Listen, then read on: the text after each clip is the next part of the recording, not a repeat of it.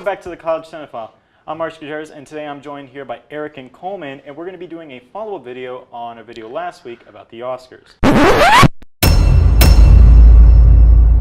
But moving on, we are moving on to Best Director, and of course, Alfonso Cuarón picked up this win. And what did y'all think about that? Yeah, I think we all applauded.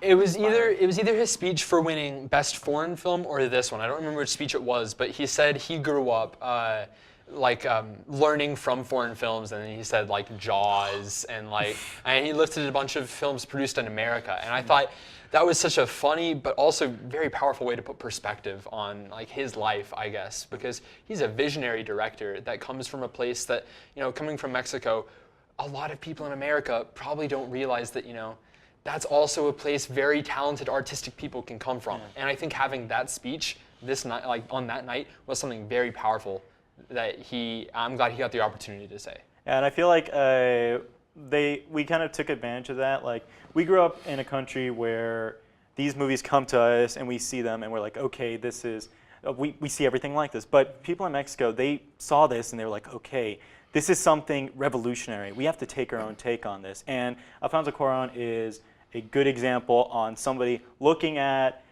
a picture, seeing it as genius for what it is, and wanting to be like that but make it better. And he's maybe one of the best directors of the 21st century so far. He's incredible. I don't think he's made a bad movie.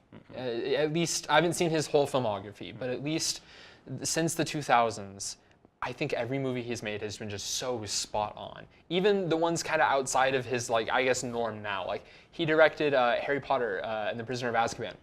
He directed that, which is probably the best Harry Potter movie. And his style in that movie, the way he just changes the tone of the Harry Potter series from kind of the kids' movies in the first two to a much darker and nuanced tone in the third one, I think just speaks to how he can put his style on anything and make it very, very, just artistically incredible. It's because you can tell that he directs from a deep place in his heart, and that's passionate.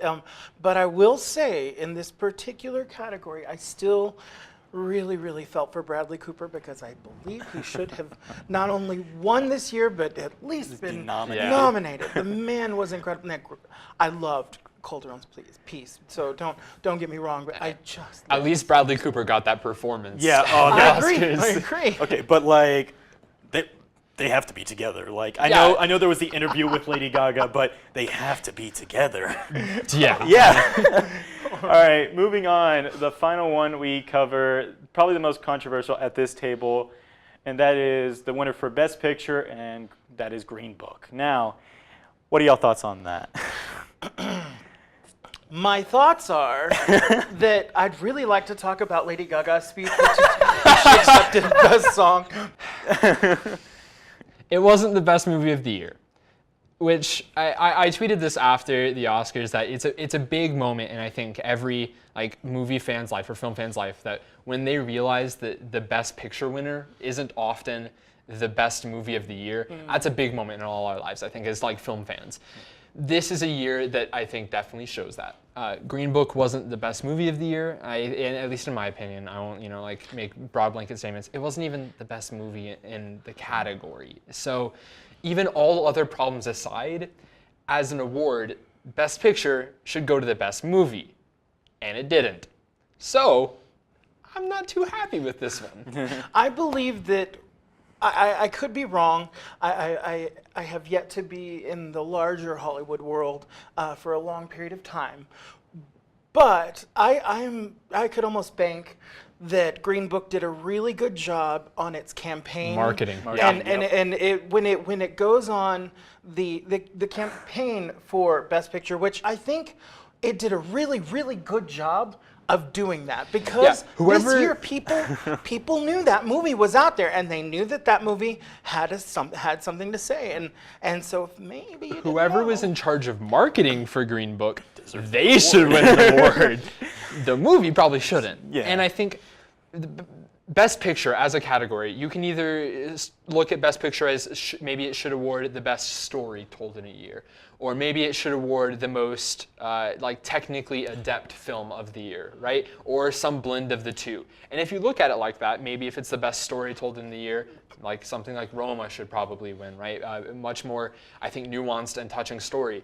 If it's something that should focus on like the technical aspects of making a movie, something like First Man should probably have won because it like focused almost entirely on the technical aspects. And then like as a blend, something like The Favorite could maybe take home the award. Green Book is average as a story. It doesn't do anything spectacular as far as technical aspects go. So I think Best Picture was maybe, not the best picture. No. I think, I what you're saying about story, I slightly disagree in the respect that I really do believe it's a fantastic story in terms of the world that we live in and who we are today, things like that. It really impacts and lets us know kind of what the world was like back then, and that's important. And however, I do believe that. First of all, I think it's funny that Spike Lee lost from Driving Miss Daisy, and then the reverse of Driving Miss Daisy. But it was sad. But I definitely believe it was a good story, and that's part of what marketed it well, and it definitely didn't do poorly. However, it didn't necessarily deserve Best Picture in most people. Marcus, what was your take on it? I feel like there was a bunch of other deservings for this role, like Roma, that definitely was one of them. My personal favorite was Black Klansman. But, and Coleman, you do have a video coming out this coming week, a bit of the history behind Green Book and its winning. I don't know, personally, I have one big statement in my head. I just feel like Green Book shouldn't have won. All right, thank you for checking out the College Cinephile. Definitely check out our other videos. Definitely check out our Oscars video where we do go more in depth about our predictions. And let us know what you thought. We always love to hear from you at home. Well, give us a like, give us a subscribe, and thank you for tuning in this time. We will see you later, Internet.